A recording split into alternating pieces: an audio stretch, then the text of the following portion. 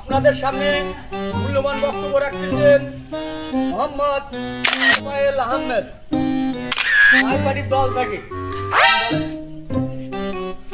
কেমন আছেন আপনারা?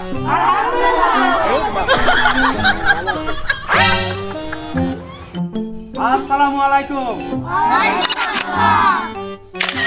আপনারা জানেন আমি আমার নাইপাটি থেকে প্রেসিডেন্ট পদে দাঁড়াচ্ছি।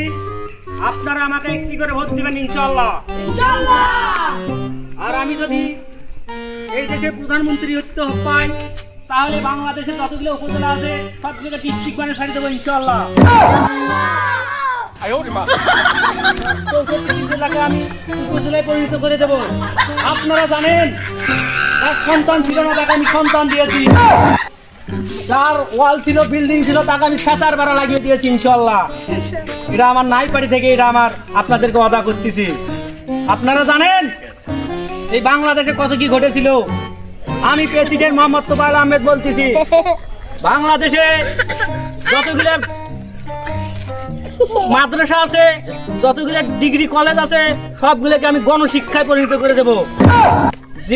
যেসব স্কুলে মাস্টার নাই ওখানে আমেরিকা থেকে আমি মাস্টার নিয়ে এসে বসে দেবো। এই জায়গায় লেখাপড়া করতে আমার বাংলার মানুষ। আপনারা জানেন এই বাংলাদেশকে আমি 6 ভাগে বিভক্ত করে দিয়েছি। রংপুরে একটা আমি কন্ট্রাকশন নিয়েছি, যেমন পীরগঞ্জে আমাদের মেরিন একাডেমি, এটা আমাদের নাইপাটি থেকে হয়েছে ইনশাআল্লাহ। কিন্তু ওটা রাখবো না বাংলাদেশে, এটা আমার বেগার চলে গেছে। বেগার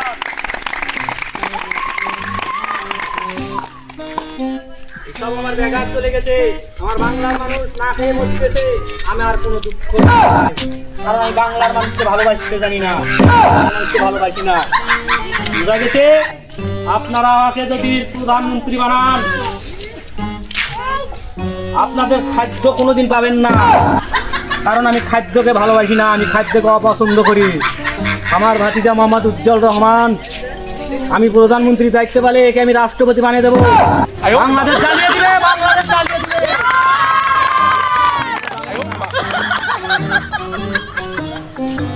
এখন আমার বক্তব্য আমি এই জায়গায় সমাপ্ত করলাম। আপনারা আমার নাইপাটিতে ভোট দিবেন। কথা করেন, আপনারা ভোট দিবেন।